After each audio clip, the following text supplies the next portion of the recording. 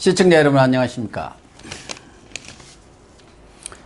조국 전 법무장관의 가족비리 수사가 마무리되어서 이르면 내일 또는 1월 2일쯤 재판에 회부될 예정입니다. 울산 선거 부정사건 수사는 지난 28일 백원우 전 민정비서관을 조사한 데에 이어서 일본에서 귀국한 임철호 전 민주당 최고위원 그리고 청와대 관련 인사들에 대한 수사가 본격화될 것으로 이렇게 전망이 되고 있습니다. 서정우 변호사님 나오셨습니다. 수사 상황에 대해서 분석을 해보겠습니다. 서 변호사님. 예. 일단 좀 유감스러운 것은 지난번 유재수 감찰 무마 사건 때 조국이 구속영장이 떨어질 것으로 대다수 사람들은 예상을 했지 않습니까? 그런데도 불구하고 재판부가 불구속 이렇게 결정을 했어요. 예. 그래서 뭐 법률 전문가들도 이런 경우는 없다. 참 황당한 결정이다. 이런 얘기가 나왔는데 왜 그런 결정을 했을까요? 저도 이제 이거 구속 유죄, 네. 불구속 무죄는 아니다. 이거는 이제 당연히 대원칙이죠. 예. 구속된 데서 유죄고, 그다음에 불구속이라서 무죄는 아닙니다. 그렇죠. 근데 이 판결을요, 저는 이제 그 방송에서는 제가 점잖게 어떻게 평가했냐면요, 이 판결의 조국기가 결국 이제 그 판사가 권덕진 판사잖아요. 예. 판사가 이제 그 법률과 직업적인 양심에 따라서 소신껏 한 판결이 아니고 권력과 여론의 눈치를 본 정치 판결이다. 예. 정치 편향 판결이다. 이렇게 저 방송에서 이야기했고요. 예. 그다음에 모 유튜브에서는 좀 더 심하게 한마디로 이제 논리적 일관성이 전혀 없는 누더기 걸레 판결이다. 누더기 걸레 판결. 이렇게까지 제가 혹평을 했는데요.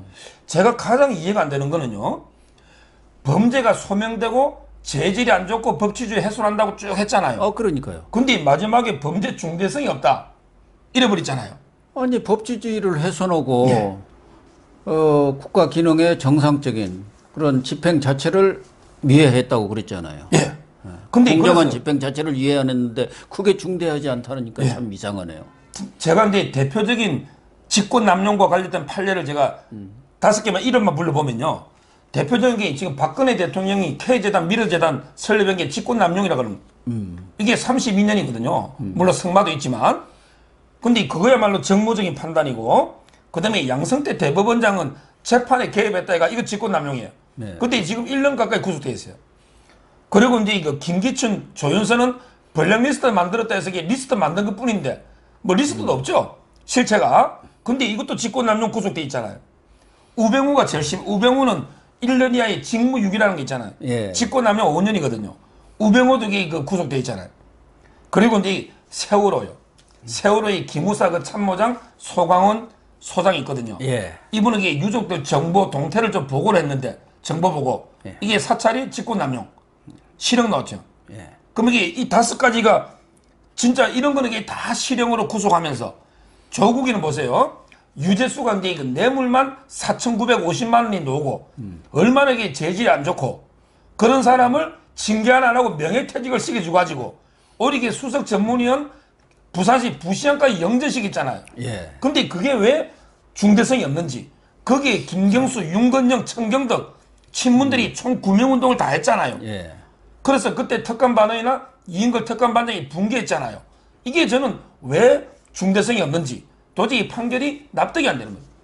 저 같은 법률 전문가가 아니더라도 법적 안정성이라는 것은 논리의 일관성, 형평성 이런 것들을 보고 판단을 하는 거 아니겠습니까? 근데 이번에는 논리성도 안 맞고 형평성도 지금 안 맞는 그런 판결을 내렸어요. 아마 그랬어요. 권덕진 부장판사도 법과 헌법에 따라서 양심에 의거해서 이렇게 판결하도록 되어 있지 않습니까?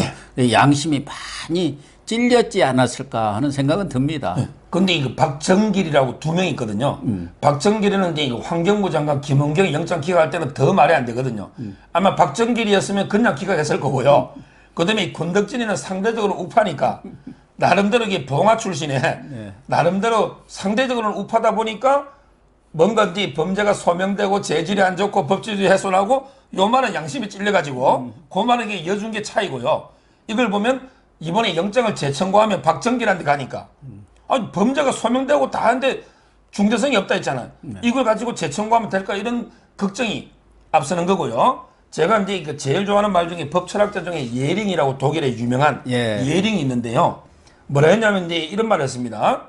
칼이 없는 항상 이 법이란 거는 칼하고 저울이 시대거든요. 한 손에 칼을 들고요. 한 손에 저울을 드는 거예요. 그래서 저울로 형량을 재보고 칼은 단죄하는 거거든요. 칼이 없는 법은요. 법이 무기력한 거죠. 칼로 치게 되니까. 그 다음에 저울이 없는 칼은요. 근데 야만적인 폭력이라 그랬어요. 근데 제가 보기에 조국이는요. 도저히 과거 정권하고 아까 5개 비교해보면 저울이 안 맞아요. 과거 정권의 5개가 훨씬 가벼운데 시력 나오고 조국이는 무거운데 불구속이 되고 그러면 이게 저울이 고장난 거예요. 그리고 이게 칼이요. 칼이 양쪽의 날이 똑같이 예리해야 되는데 과거 정권에 대한 단죄를 할 때는 엄청나게 예리하게 베고요. 조국이한테 칼은 너무 무디가지고 안 베죠. 그렇잖아요. 너무 이게 형평이 안 맞는. 따라서 저는 이번에 판결이 과연 이게 칼과 저울이 공정하게 작용했는가 이런 데 상당히 그 의문이 드는 판결이에요. 그다음에 이제 조국의 3가지 사건 중에 하나는 그렇게 마무리가 돼야 가는 것 같고 지금 이제 거의 마무리 단계에 와 있는 게 가족 비리 사건 아닙니까? 이 부분도 검찰은 일단 불구속 쪽으로 불구속 기소하는 쪽으로 이렇게 가닥을 잡은 것 같아요. 왜 그런가요? 이게 더 안타까워요, 저는. 이 부분이 불구속이 되면요. 상당히 그 지금 벌써 청와대나 법무부가 이제 윤석열 책임론. 그렇게 나올 가능성이 바로 이제 용두 3위. 용머리 그리다가 뱀꼬리 그렸네? 태산 명동 서일필. 아니, 태산이 그렇게 시끄럽게 100여 명 투입해서 4달 동안 수사했는데 불구속이냐. 벌써 이게 역풍이 지금 불기 시작하거든요. 저는 이 부분이 더 걱정이고 아마 이거는 뇌물 있잖아요. 결국 이제 뇌물이 되느냐 안 되느냐 이게 가장 핵심인데 검찰이 마지막까지 고심하는 것 같아요. 과연 이게 공소장에 이제 공직자윤리법에 뭐 정경심이가 차명으로 투자한 거 조국이 다 알았잖아요.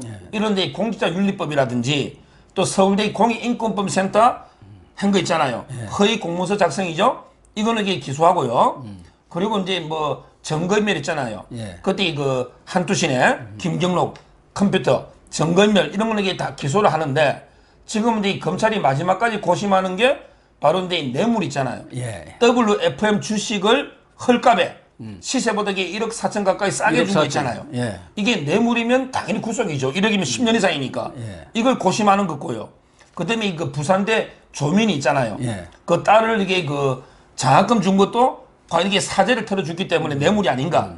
이런 이제 막판까지 검찰이 고심하는 거고요. 다만 이제 그 제 생각에는 불구속을 하더라도 뇌물은 기소를 해야 된다. 그게 검찰이 마지노로 봐요. 만약에 뇌물까지 공소장에 빼버리면 진짜 역풍이 부는 거고요. 일단 이게 뇌물을 공소장에 포함을 시키고 다만 이제 그 구속 영장 실질 심사할 때는 짧은 시간에 결정적인 증거 한 방으로 심사하기 때문에 또 기각되면 안 되잖아요. 근데 재판은 6개월 이상 오랫동안 하니까 저는 불구속 기소까지는 하더라도 뇌물은 이게 반드시 공소장에 포함시키 가지고 재판에서 다투야 된다. 이 말씀을 꼭 드리고 그다음에 운동학원도 지금 그 부분이 또 이 결정적인 한방 때문에 지금 검찰이 고심을 하고 있는 걸로 보입니다. 어떻게 보면 정경심의 전략도 맞아떨어진 것 같아요. 내가 모든 것을 안고 가겠다. 해갖고 다 자기가 뒤집어 쓰고 뭐 보석도 신청한다더니 혹시 또 부부 이런 문제로 조국한테 불리한 게 올까 해갖고 그것도 신청을 안 하면서 이렇게 있는 거 보면은 정경심 전략도 맞아 떨어진 거 아닌가 하는 생각도 들고 조국도 거기다가 완전히 이 부분에 대해서는 꼬투리를 안 잡히기 위해서 묵비권을 행사해버린 거 아닙니까? 근데요 문제는요 결국 이제 정경심이가 내가 다 안고 갈게 뭐 여보 어쩌고저쩌고 하면서 따놓고 그다음에 조국이도 이제 진술하는 게 뭐 구차하고 불필요하다 해가지고 묵비권 행사 3번 했죠. 그래서 이제 그 아마 검찰 수사가 더 못 나간 면은 있는데 그러게 결정적인 3가지요. 3가지가 이게 문제 있어요. 피해가. 자 첫째는요 정경심이가 이제 그 곧 아마 이번에 동양대 징계위원회 해부됐어요. 네, 검찰에서 통보했거든요. 그럼 이제 징계위원회 해부하면 파면이나 해임 되겠죠. 그러면 연금부터 엄청나게 피해를 볼 거고요. 그다음에 또 중요한 게 딸입니다. 딸 조민이 있죠. 예. 조민이도 이게 저는 공범으로 왜 비슷한 사건에 성균관대 사건에서도 딸을 기소한 게 있거든요. 예. 조민이 딸까지 기소가 되면 결국 이제 그 세 명이 지금 집안이 구속돼 있잖아요. 예. 동생하고 오촌 조카하고 따라서 조민이가 기소되고요. 그다음에 문제는 조국이에요. 조국이가 결국에 불구속 되더라도요. 네. 기소돼 가지고 유죄. 왜 동부도 유죄 범죄는 소명된다 했잖아. 유죄만 되고 집행유예만 돼도 교수 파면이거든요. 결국 이제 서울대 교수 뭐 강의하려고 개설했잖아요. 결국 이제 둘이 부부는 교직에서 파면되면 엄청난 타격을 보고 딸까지 기소되기 때문에 조국이가 설령에게 구속은 당장은 안 되더라도 그리고 나중에 재판해보고 유죄가 된 마지막에 법정 구속도 있잖아요. 네. 법정 구속도 있기 때문에 저는 조국이가 좋아할 거 하나도 없다. 결국은 이제 그 상처뿐인 뭐 불구속이지 남은 게 하나도 없다. 이렇게 보입니다. 어떻게 됐든 앞서도 뭐 말씀을 하셨지만 민주당이라든가 청와대는 윤석열 총장에 대한 공세를 강화할 것으로 예상이 되는데 일각에서는 제가 볼 때는 전혀 설득력은 없습니다만은 조국 수사가 마무리되면 윤석열 총장이 물러나는 것 아니냐, 자진 사퇴하는 것 아니냐 이런 얘기도 또 흘러나오는데 그럴 가능성은 거의 없다고 봐야겠죠? 그렇죠. 한번 보십시오. 일단 이게 개인 비리만 보면요. 정경심이 부인 구속했죠. 그다음에 동생 조건이 구속됐죠. 오촌 조카 조범동이 핵심 3명 구속하고 딸도 이게 기소하고 조국이도 무죄 아니잖아요. 예. 근데 이게 여러 가지 혐의로 기소가 되잖아요. 그러면 이게 검찰이 뭘 잘못했습니까? 유죄수 사건도 그다음에 마찬가지. 유죄수는 더하죠. 네. 유죄수에게 판사가 범죄가 소명되고 재질이 안 좋고 다 이야기했잖아요. 저는 검찰도 이 구속 빼고는 이런 게 전혀 없다고 보거든요. 그래서 청와대에서 이제 윤석열에 대해서 부당하게 공개한 잘못됐고요. 참고로 이게 우스갯소리 농담 한마디 하면 조국이 영장 기각되는 게 제일 좋아하는 사람이 누군지 아세요? 누가 좋아했나요? 조국이 기각돼 가장 좋아하는 사람이 김정숙이다. 왜 그러냐면 거기 보면 부부가 부인이 구속돼 있는 게 중대한 예사이죠. 지금 이게 탄핵되거나 임기 끝나면 문재인하고 김정숙이가 부부인데 야 부부 둘 다 구속은 안 시키네. 한 명만 시키니까 그 문재인이가 되든지 김정숙이 되든지 따라서 이 김정숙이가 가장 좋아한다. 왜? 부부 구속 안 되는 이게 말이 됩니까? 옛날에 임창열이나 주혜란도 부부 구속 됐고 이철희 장경자도 됐고요. 그 외에도 이게 부부 구속이 무명 이름 없는 사람 중에 엄청나게 많거든요. 그러니까 저는 권덕진 판사가 정경심이가 구속돼 있는 거 이걸 이게 왜 고려하느냐 말이에요. 그래요. 아주 이게 문제고 그것 때문에 김정숙이 제일 좋았다는 거예요. 그런 일이 없도록 하기 위해서 지금 공수처법을 저렇게 무리를 해가면서 비판을 받아가면서 지금 강행 처리를 하려고 하는 거 아닙니까? 그렇습니다. 이제 남은 게 울산시장 선거 하명 수사, 선거 개입 사건 아닙니까? 지금 28일에 백운호 전 민정비서관은 조사를 했고 지금 핵심은 송병기 예. 울산시 경제부시장에 대한 구속영장을 청구를 해서 31일 날 영장실질심사가 이루어지는데 여기에서 구속이 되느냐 여부가 이번 수사의 어떤 터닝포인트랄까 뭐 아주 중요한 어떤 기점이 될 것 같아요. 제가 이제 그 모 방송에서 송병기는 명재군이가 하잖아요. 네. 명재군이가 근데 중앙지법 4명 중에 가장 좌파 아닙니까? 네. 명재군이가 하기 때문에 송병기도 기각될 가능성이 높다고 예측을 했는데 네. 왜 제가 그랬냐? 제가 방송에서 항상 틀려가지고요. 한 번도 맞춘 적이 없어요. 그러다 보니까 야 송병기 기각된다. 이러면 또 제가 틀리면 발부될 거 아닙니까? 그래서 제가 방송에서 근데 내심 저는 뭐 명재군이 아무리 좌파라도 어리게 그게 자기한테는 아킬레스건이 될 수 있거든. 이번에 조국 동생도 기각했는데 또 송병기 처음 시작부터 송병기가 그만큼 뭐 일지라든지 명확하게 증거 많이 놓잖아. 예. 또 이게 기각하면 진짜 명재군이가 버틸 수 있을까?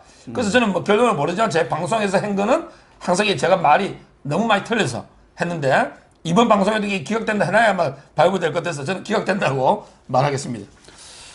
우리 서 변호사께서 좀 틀린 것은 정무적 판단을 하지 않고 법과 원칙에 따라서 전문성을 가지고 얘기하기 때문에 틀립니다. 그래서 정무적 판단을 하기 때문에 내가 지난번 조국에 대해서도 상당히 구속영장에 대해서 신중한 입장을 지은 것은 내가 볼 때는 이건 좀 어렵다. 이런 생각을 했었고 저는 이번에 송병기는 내 정무적 판단에 의해서는 구속영장이 발부된다고 봅니다. 명재근 아니라 명재근 할아버지가 해도 발부될 수밖에 없다. 조국을 구속영장 발부 안 했는데 이 송병기까지 한다. 더군다나 명재근으로서는 지난번에 조건을 영장 발부 안 했다가 또 얼마나 비판을 받았습니까? 여러 이런 상황들을 종합해 볼 때 송병기는 구속영장이 발부될 가능성이 저는 많다. 저도 이제 박사님 말대로 근데 이 송병기 혐의가요 크게 그 좀 알아들게 일단 이 송철호 사건의 그 혐의는 크게 범죄가 3개 아닙니까? 처음에 임동호하고 왜 후보 단일할 때 청와대가 이제 임동호한테 고배 영사 같은 거 한병도가 제안해가지고 임동호 주저앉힌 거 있잖아요. 송철호를 단수로 공천했죠. 그거 하나가 이제 큰 혐의고 거기에는 송병기는 빠져 있어요. 영장이. 그거는 이제 송병기가 한 게 아니고 아마 이제 청와대 한병도라든지 여러 명이고. 그러면 이제 송병기 혐의는 뭐냐? 바로 이제 그 김기현 시장 있죠. 김기현 시장에 대해서 이제 범죄 첩보 같은 거 있잖아요. 이걸 갖다가 청와대에 제공했죠. 그리고 이제 그때 김경수 보좌관 출신 민정실에 그 이제 행정관 있잖아요. 하고 이제 그때 이광철이라고 지금 민정비서관 있죠. 그렇죠. 현임 행정관. 그다음에 그 위에 백원우하고요. 이런 백원우 이광철이가 핵심이거든요. 이런 사람들하고 이제 그 송병기가 모여가지고 김기현을 죽이고요. 그리고 이제 그 공약 있잖아요. 공약도 그 김기현 공약은 뭉개버리고요. 그다음에 그 송철호 공공병원은 공약을 해주고 이게 송병기가 다 한 거잖아요. 크게 그 송병기가 그런데 그 공약하고 김기현 죽이는 첩보 거기 청와대 사람들하고 공범이 돼 있거든요. 그러니까요. 송병기는 민간인이지만 그러나 그때 이게 그 한병도, 황운하 이런 데 사람들은 공무원이잖아요. 그래서 이제 그 민간인과 공무원이 공범될 수 있거든요. 저는 혐의가 워낙 크기 때문에 뭐 박사님 말씀 되지 않을까 이렇게 보입니다. 그래서 송병기가 구속영장이 떨어지면은 저는 검찰발 한파가 청와대를 덮치리라고 보는데 이어서 이제 임종석, 한병도, 김경수, 이광철 소위 말해서 권력 핵심들에 대한 수사가 불가피하게 들어가지 않습니까? 그게 공범으로 되어 있기 때문에. 그렇죠. 거기에 이제 이호철까지요. 이호철이 민간인이지만 중요한 게 피해자예요. 청와대 또 권력 핵심들에 대한 수사가 본격화 된다고 봐야죠. 그래서 저는요, 결국 이제 이게 중요도를 본다면 가장 조국의 개인 비리가 어떻게 보면 가볍고 현 정권에서 보면 조국의 개인 비리, 그 다음이 유재수 감찰 중단, 그 다음에 현재로서 세계 중에는 가장 심한 게 이거 아닙니까? 그렇죠. 송철호. 이거는 이제 조만간에 송철호까지 소환되면 뭐 화룡점정이고 이거야말로 이게 문재인 아니면 아무도 관여할 게 없죠. 왜? 그 당시 임종석이도 관여돼요. 임종석이는요, 임동호하고 전대협 동기입니다. 그러니까요. 오히려 이제 임동호를 밀고 송철호는 5번이나 당직을 옮기고 왔다 갔다 했잖아. 임동호는 2002년부터 민주당을 지키면서 7번 떨어진 사람이에요. 민주당 후보로. 7번. 송철호는 8번 떨어졌는데 당직을 5번이나 바꾸고. 그러니까 이제 임종석이는 임동호를 밀었는데 결국 이제 그게 문재인 때문에 어쩔 수 없이 임동호 보고 야 미안하다. 이렇게 주장치 가지고 단일화 시키고 송철호를 했지 않습니까? 그리고 이제 송철호 밀라고 추미애도 가서 엄청나게 도와주고 저는 추미애도 공범이라고 보거든요. 추미애도. 그 다음에 김부겸이도 황운하 계급정에 살리가지고 결국 이제 그 울산청장으로 보내가지고 황운하 김부겸이도 몇 번 가고 이런 식으로 이게 여당의 문재인까지 직접 거론들 30년 형이라고 부른 게 송철호기 때문에 이게 가장 심각한 사건이다. 이게 저는 이렇게 그래서 청와대발 한파라고 하는 거예요. 또 하나는 지금 24일인가요? 오사카로 이렇게 몰래 나갔다가 28일 돌아온 임동호 씨. 전 민주당 최고위원. 이 사람이 사실은 키를 쥐고 있는 사람이에요. 전후 사정을 제일 잘하는 사람 아닙니까? 근데 돌아오자마자 언론과의 그런 인터뷰 내용을 보면은 송병기 수첩에 나와 있는 여러 내용들이 많잖아요. 임동호를 뭐 한 40여 번. 하여간에 무조건 임동호는 제거해야 한다. 그래서 거기에 대해서 있을 수 없는 선거 전략이다. 매우 악의적인 내용이다. 이렇게 얘기한 것으로 봐서는 어떻게 보면 검찰 수사에 적극적으로 협조하고 입을 열 가능성도 높지 않은가요? 근데 문제는요. 문제는 이 사람이 이제 그 토사구팽에 엄청나게 배신감을 느끼는 거 맞죠? 그러니까요. 자기는 이제 뭐 문재인이가 자기하고 자기 동생을 용서하지 못할 사람이고 그래요. 어쩌고저쩌고 예. 정말 이게 토사구팽에 배신감을 느끼는데 근데 말을 조금씩 바꾸고 있잖아요. 왜? 자기도 이게 공범이에요. 이 선거법이요. 그러니까 어느 게 자리를 제한해가 받으면 자기도 이게 공범이 되기 때문에 아무리 배신감을 느껴도 과연 모든 걸 순순히 볼까? 이런 게 생각이 드는 거고요. 그래서 이제 그 검찰에서 압수수색을 했잖아. 근데 그날 오사카로 저는 도망갔다 봐요. 근데 여론이 너무 안 좋고 협박을 하니까 돌아온 거지. 예. 아니, 한번 생각해보세요. 뭐 자기가 제2의 고향이고 뭐 후원의 모임이 있다면 그 다음날 비행기 타고 가면 1시간, 2시간이면 가는데 배 타고 이게 10몇 시간 걸려가지고 왜 그렇게 압수수색 당일날 가느냐 말이에요. 저는 처음에는 이게 잠수 타려고 했는데 여론이 너무 안 좋고 설득한 검찰이 막 영장 친다고 하니 어쩔 수 없이 돌아온 게 아닌가 개인적으로 그렇게 생각하고 있어요. 권력에서 빼돌렸다고 봐야죠. 야, 일단 튀어. 일도 있지 않습니까? 일단 튀고 보는 거야. 1도, 2부, 3백. 그래서 그러니까 지금 1단계 도망을 가고 그다음에 잡히면 2단계 일단 부인해보고 3단계 안 되면 백을 동원하는 이게 보통 우리 법조계에서 1도, 2부, 3백 이런 데 전략 중에 도망부터 간 거죠. 그런데 이제 여론이 임동호가 일본에 간 것은 권력이 빼돌렸다고 하고 권력한테 이렇게 역풍이 불지 않습니까? 이런 짓까지 벌이느냐. 그러니까 야 빨리 돌아와. 했는데 와서 얘기하는 것으로 봐서는 임동호도 뭔가 하거나 맺힌 것이 많기는 많구나 하는 생각이 들어서 더 불어올 가능성이 말하자면 검찰이 잘 프리바게인을 한다면은 지금 유재수도 프리바게인에서 많이 부른 거 아닙니까? 어? 이러이런 사람들이 정탁 전화했다 이런 것도 다 불었다는 거 아닙니까? 그러니까 임동호도 그럴 가능성이 있는 거 아니에요? 그렇죠. 프리바게인을 해야죠. 불 수도 있고요. 본인들이 압수수색 당해가지고 워낙 이 부분 보면 이게 그 검찰이요. 저도 깜짝 놀란 게 송병기가 막 도청당했다고 했잖아요. 예. 자기 통화한 거. 근데 이게 도청이 아니고요. 송병기가 이제 그 차명폰으로 후배 거 쓴 거 있잖아요. 그게 자동 녹음된 거. 그 후배가 이제 임의로 제출한 게 놓지 않습니까? 녹취록까지. 예, 그렇죠. 증거들이 상당히 많이 쌓였고요. 저는 이거는 송병기 구속은 이제 시작이잖아요. 최소한 이게 그 우리 황운하고요. 그다음에 그 한병도하고요. 백운우 있죠. 이 세 명은 일단 이렇게 무조건 저는 기소한다 봐요. 황운하 그렇겠죠. 공식 표현했죠. 황운하 그다음에 그 한병도. 예. 고배 총영사 그다음에 백운우 있잖아. 예. 이 세 명도 엄청 큰 겁니다. 근데 우리 이제 국민들이 볼 때는 세 명 가지고 만족하나? 결국에 여기에다가 송철호, 그다음에 문재인까지 잡아야 된다. 이렇게 지금 생각을 하는데 지금 뭐 저는 좀 지켜봐야 되지만 일단 이게 세 명을 잡는 것만 해도 대단한 수사 성공이고요. 더 나아가서 이게 가장 수혜자는 송철호고요. 가장 이 몸통은 문재인이기 때문에 그것도 이게 나중에 언젠가는 수사가 끝까지 칼끝이 향할 걸로 보입니다. 네, 시청자 여러분, 울산 부정선거 사건은 우리 민주주의를 기초를 파괴하는 그런 사건입니다. 송철호 울산시장은 물론이고 문재인 대통령까지 검찰이 끝까지 파헤치는 그런 결기를 보여줄 것을 기대하면서 오늘 방송 마치도록 하겠습니다. 감사합니다. 감사합니다.